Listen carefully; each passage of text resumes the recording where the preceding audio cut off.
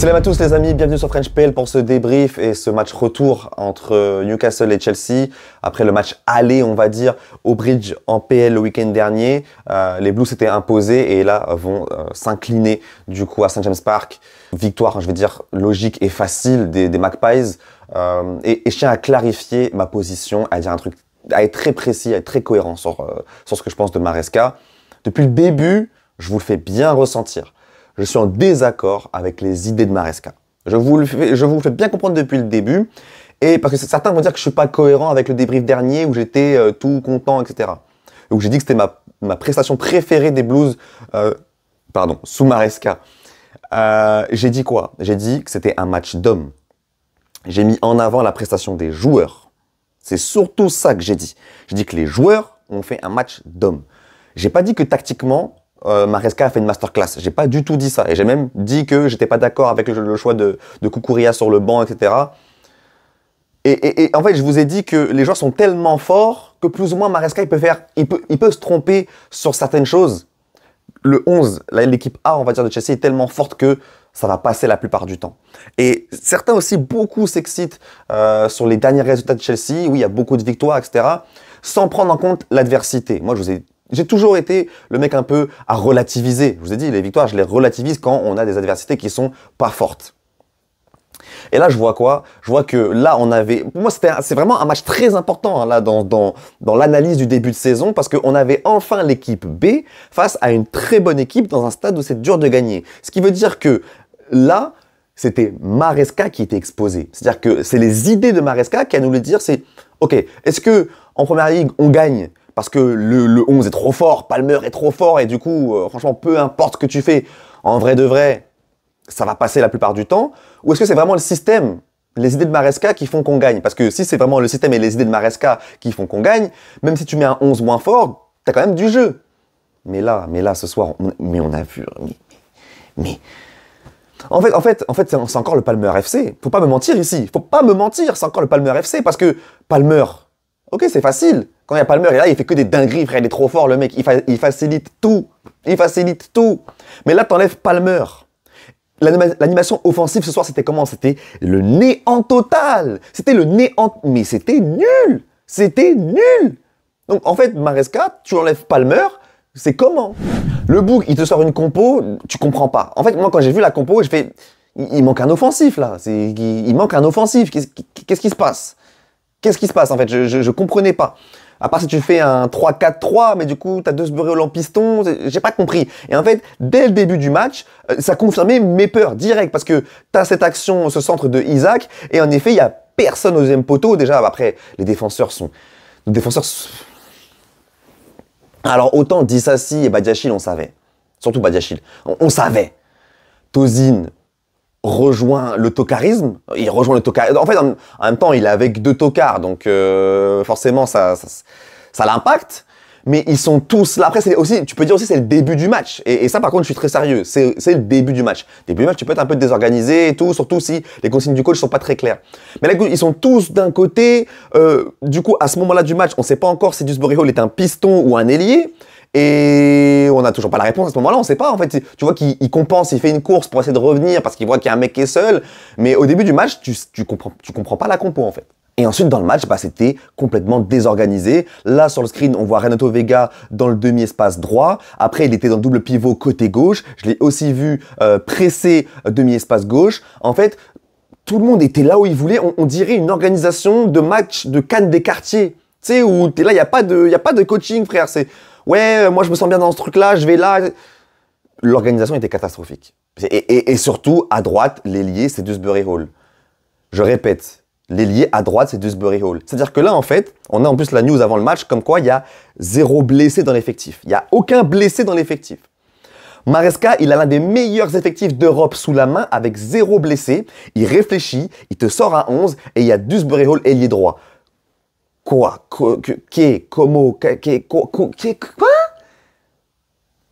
Moi, je trouve ça grave, les gars. Moi, parce que là, on dit, ouais, c'est que la Carabao Cup, gagner à St James Park, c'est dur. Hein. Ok, tout ça, je suis pas en train de tout remettre en question, quoi que ce soit, mais là, je vois des choses graves. Je vois des choses graves. C'est-à-dire que Maresca, depuis le début de la saison, j'ai un problème avec les joueurs qui mettent dans demi-espace. J'ai vraiment un vrai problème avec les joueurs qu'il met dans le demi-espace. Et là, en plus, il a rajouté un autre problème où il s'est dit, je vais mettre Dewsbury Hall ailier droit. Donc là, on est sur des erreurs, ça nous rappelle les Potter, ça nous rappelle les erreurs de Pochettino, ça nous rappelle des erreurs qu'on veut pas revoir. Et en plus, contrairement à Potter et Pochettino, Maresca, il a pas de blessé, frère. Donc là, c'est vraiment son choix, mais choix à 100%, zéro contrainte. Parce que, en plus, voilà, à un moment donné aussi, il fait tourner à chaque fois les 11 joueurs de match en match par rapport au week-end à la semaine. Mais c'est pas interdit de faire jouer un joueur le dimanche et après le mercredi. À un moment donné, il faut arrêter aussi. Parce que là, si vraiment tu t'es en galère, tu te dis, il me faut un ailier droit, tu fais jouer Madueke, frère, comment ça, il peut pas enchaîner 2 matchs? Comment ça, il peut pas enchaîner un match le dimanche et le mercredi? Donc là, en fait, il est en train de nous mettre dans la tête que un joueur de football ne peut pas jouer 2 matchs dans la semaine. Il a zéro excuse. Il a zéro excuse. Je suis désolé, zéro excuse. Son milieu de terrain était bizarre.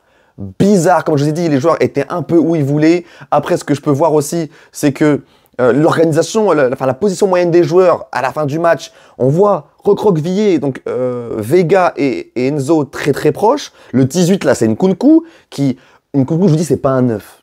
Nkunku, je vous le dis, c'est pas un 9. Et la façon dont Nkunku joue, il est en train de le dire aussi à Maresca. Frérot, je suis pas un 9. Frérot, je suis pas un 9. Sur ses positions moyennes de match, Nkunku n'a jamais la hitmap d'un 9. Jamais. Ce qui fait qu'offensivement, ça crée... il y a un manque de présence devant. Il y a un manque de présence devant. Du coup, tout ton système qui consiste en créer de la densité au milieu, pour isoler les ailiers et aussi avoir une présence devant pour fixer les défenseurs, et ça crée de l'espace dans les demi-espaces, justement, ça donne de la liberté dans les demi-espaces. Toute cette idée de son système vole en éclats. Là, il n'y a pas de système. Là, il n'y a pas de système parce que ton 9, c'est pas un point de fixation. Dans le demi-espace, t'as des mecs, t'as Vega qui est un latéral gauche, qui joue aussi défenseur central l'année dernière, un peu à balle, etc. Là, il se retrouve dans le demi-espace. Et l'ailier qui doit se retrouver en situation de 1 contre 1, c'est Dewsbury Hall. C'était une bouillie tactique. C'était du caca, du vomi. C'était n'importe quoi. Donc bref, tout ça pour dire que tactiquement, Maresca, concentre-toi. Vraiment, concentre-toi, parce que c'est facile quand t'alignes ton 11 type, parce que le 11 type, elle est tellement fort que même moi, je pourrais les coacher. À un moment donné, Palmer, enfin, tu vois ce que je veux dire? Et même Caicedo, tu vois, t'as des gens qui sont tellement forts que tes erreurs tactiques sont camouflées. Mais là, t'es exposé totalement. Et pour moi, et c'est pas nouveau ce que je dis. Faut pas me dire, ouais, d'un match à l'autre, tu fais des hauts, des bas, tu t'excites, après tu critiques. Non, non, non. Depuis le début, je suis très critique tactiquement envers Maresca. Et j'avais même commencé à bosser une vidéo qui est toujours de côté, hein, je sais pas quand je vais la sortir ou quoi, mais qui critique Maresca, qui dit comment il doit utiliser Gusto, Enzo, comment il doit inclure Nkunku dans le 11. La vidéo, elle a commencé à bosser déjà, elle est sur le côté. Donc, tactiquement, Maresca, depuis le début, je le critique, on ne pourra pas me dire que c'est nouveau ce que je dis. Bref, maintenant, on va passer au but et après aux notes. Le but, premier but, évidemment, Badiachil, on est habitué, c'est une dinguerie, on est habitué. En fait, l'erreur de Badiachil ici, c'est que il se précipite et il la met à Vega, qui en plus de pas être un milieu de terrain, un pur milieu de terrain, qui est à l'aise dans le fait de recevoir les ballons dans ces zones-là et avec ce type de pression, eh ben, c'est lui, il est au milieu du cyclone. Il est dans l'œil du cyclone, Vega, et Badiachil lui met. Il se dit pas que je vais essayer de temporiser, je vais fixer le mec qui me presse, j'entends qu'il me presse jusqu'au bout, je la rends à mon gardien et au pire il dégage. Ou alors quand je le reçois, je sais déjà où est le mec sur la gauche, où est Mudryk. Après Mudryk il vient très rarement aider, donc Mudryk devait être loin à ce moment-là je pense. Mais tu dois pas la mettre à Vega, ça c'est sûr et certain. Pour moi au mieux il faut contrôler, attendre que le mec te presse arrive, tu la mets à ton gardien et tu lui dis envoie. Tu lui dis envoie parce que là l'organisation de pressing de Newcastle était trop bonne. Et les solutions de passe étaient trop risquées. Mais Badiachil, le risque, il aime ça. Clairement, il aime ça. Et après, la suite du but, c'est une mascarade totale. Les gens se plaignent, personne joue. Bref, but suivant. Le but suivant, pareil, il est bizarre. En fait, c'est déjà le deuxième but contre son camp, je crois, de Disasi. Mais ces buts contre son camp, ils sont bizarres. Moi, là, j'ai du mal à croire que le but, il est involontaire. Hein, pour vous... Je vous dis la vérité, j'ai du mal à croire que c'est involontaire. On dirait, là, c'est une finition. On dirait, il finit l'action. Je sais pas, si vraiment tu veux la dégager dans l'autre sens et que ça part...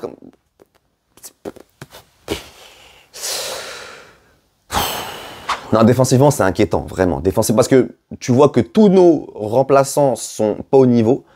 des titulaires. Donc Tosin, Badiachil et Disasi, c'est des joueurs de banc, clairement, ok.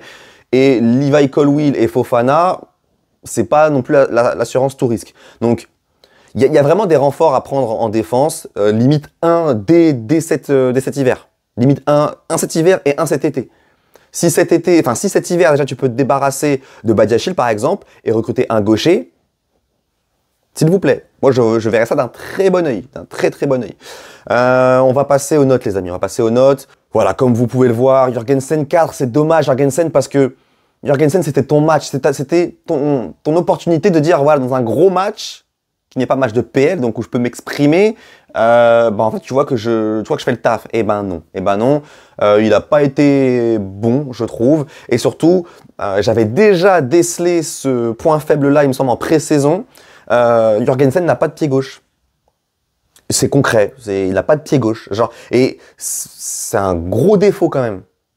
Parce que là, il a vraiment pas de pied gauche. Genre, il envoie des saucisses du pied gauche. Donc, c'est compliqué. Malheureusement, je suis un peu refroidi par rapport à ma propagande par rapport à ça. Donc, évidemment, il y aura Sanchez dans les buts à Old Trafford. Et écoute, on patiente par rapport à ça. Ensuite, Disasi, Badiachil, Tosin. Même si avec ballon, les trois ont fait des bonnes choses. Disasi, il a réussi à se projeter devant, il a trouvé des bons espaces, il y avait de la hargne, etc. Ok. Badiachil, Tosin, pareil, il y avait des passes progressives qui étaient ultra intéressantes, etc. Mais les mecs, trop fébriles. Trop fébrile, beaucoup trop. Un défenseur, tu lui demandes surtout de bien défendre et de rassurer ta défense. Et là, il n'y en a aucun des trois qui m'a rassuré, donc aucun à la moyenne.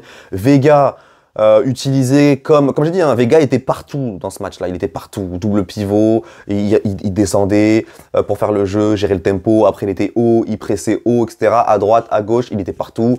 Pour moi, c'est manque de discipline tactique, surtout du coach. C'est quoi son rôle que tu lui as donné en fait? C'est quoi le rôle que tu lui as donné concrètement? Je pense que lui-même ne savait pas. Et techniquement, ouais, il n'a pas été propre ce soir, donc c'est un 4. Cucurella qui va être mon man of the match, parce que Cucurella, c'est niveau équipe A. Voilà, qu'est-ce que je te dis de plus? Cucurella, c'est un top joueur, champion d'Europe, un des meilleurs latérales gauche de première ligue. Il n'y a rien à dire d'autre, frère. Il n'y a rien à dire d'autre. KDH, 4, mais voilà, c'est 4 DH. 4 DH, mais je lui en veux même pas. En fait, limite, j'ai de la peine pour lui. Miskin, il est là, il joue pas le week-end. Il joue pas le week-end. Et en semaine, il joue ailier droit. Et il sort à la 57e minute. Quand il est sorti, j'avais de la peine pour lui. Qu'est-ce que tu veux qu'il fasse? Il a pas été bon, hein. Il glissait, truc. Dès qu'il avait un ballon, il jouait derrière, mais il joue pas à son poste. Moi, il m'a fait de la peine ce soir. Enzo, par contre, c'est la plus grosse déception de la soirée. C'est la plus grosse, parce qu'il a joué à son poste et il a été dégueulasse. Et là, je suis en train de me dire, ça commence à faire beaucoup pour Enzo. Et en fait, ouais, ce soir, pour moi, Lavia lui passe définitivement devant dans la hiérarchie et c'est significatif, c'est pas rien. Je veux dire, Enzo, c'est quand même un mec où, intrinsèquement, son talent, je pense qu'il met tout le monde d'accord. Capitaine. Enfin, quand il n'y a pas de James, tu connais, 120 millions, etc. C'est censé être un titulaire indiscutable. Et ce soir, il y a moyen qu'il ait vraiment définitivement droppé sa place de titu. Genre là, ouais, dimanche, Lavia Caicedo, quoi. Il n'y a rien à redire, personne ne peut dire quoi que ce soit. Et pour moi, non seulement il passe derrière Lavia dans la hiérarchie, mais je prends même des mois d'avance, et de ce que je vois, pour moi, il passe même derrière André Santos dans la hiérarchie. Là, cet été, les gars, Caicedo, Lavia, Santos, je m'en lèche les babines. Mais du coup, Enzo, frère, t'as beaucoup de choses à prouver. Beaucoup de choses à prouver. Mudryk qui fait une prestation positive, je trouve. C'était pas parfait, clairement pas. Il y a eu beaucoup de pertes de balles, etc. Mais il a aussi fait ce qu'on lui demande. Il a créé, il a provoqué, et il a fait des choses intéressantes. Donc, c'est un 6. Et dans un match comme ça, avoir 6, vous voyez que il n'y a que 3 joueurs. Hein. Donc, c'est un bon 6. Tu vois, c'est pas un 6, c'est un bon 6, là, vu la soirée. Félix, pareil, qui fait des choses très intéressantes. Bon, il croque à droite à gauche, mais voilà, je lui mets pas non plus une note de ouf. Mais pour moi, il mérite aussi son 6 parce que il est intéressant. Voilà, je pense que si on doit qualifier sa prestation, c'est intéressant. Et Nkunku, par contre, décevant. Nkunku, il fait une bonne première demi-heure. Tout le reste, c'est décevant. Donc, mais après, voilà, encore une fois, la façon dont il est utilisé, c'est pas simple. C'est pas simple. C'est pas simple, vraiment. Et puis, voilà, là, je vais même pas noter les remplaçants parce que c'est le remplaçant. Il a fait. En fait, Maresca ce soir, je me trompe, ou il a vendu le match. Il a vendu le match. Il a fait un pari sportif. Tu mets KDH ailier droit, tu fais un seul changement. En fait, c'est quoi? C'est que tu voulais pas la jouer, la Carabao Cup? Alors que t'as un effectif de 25-26 joueurs à faire jouer et tu craches en une compétition parce que là, on dirait vraiment qu'il a. Carabao Cup. Mettre 5-0 contre Barrow, c'est facile, frère. Mais là, t'avais un vrai match à jouer et tu fais un seul changement. C'est-à-dire que même quand tu vois que, en effet, KDH et les droits, ça va pas. Et que tu vois que Vega, vraiment, en tant que vrai milieu de terrain, pas un inversé ou quoi, mais donc ça marche pas non plus. Tu te dis pas, je vais faire entrer à la mi-temps Madueke et sur le banc, j'ai des milieux de terrain ou pas? Kazadei, Chukwuemeka, c'est des milieux de terrain, frère. Non, il les a pas fait rentrer, il n'y a pas eu plus d'un changement. Il a vendu le match. Donc là, Maresca, là, c'est un gros point négatif. Genre vraiment. Là, je suis en train de penser que, en effet, les désaccords tactiques que j'ai avec lui sont réels. Et quand il n'y a pas Caicedo ou Palmer sur le terrain, ben ça se voit que ça va pas, tactiquement. Donc voilà, je vais m'arrêter là, je ne vais pas plus parler parce que ça sert à rien. Il y aura sûrement un avant-match pour Chelsea United et il y aura aussi un débrief. Donc on va voir. United qui a mis 5-2 là pour la première de Van Nistelrooy. Ce sera aussi Van Nistelrooy qui sera sur le banc ce week-end. Donc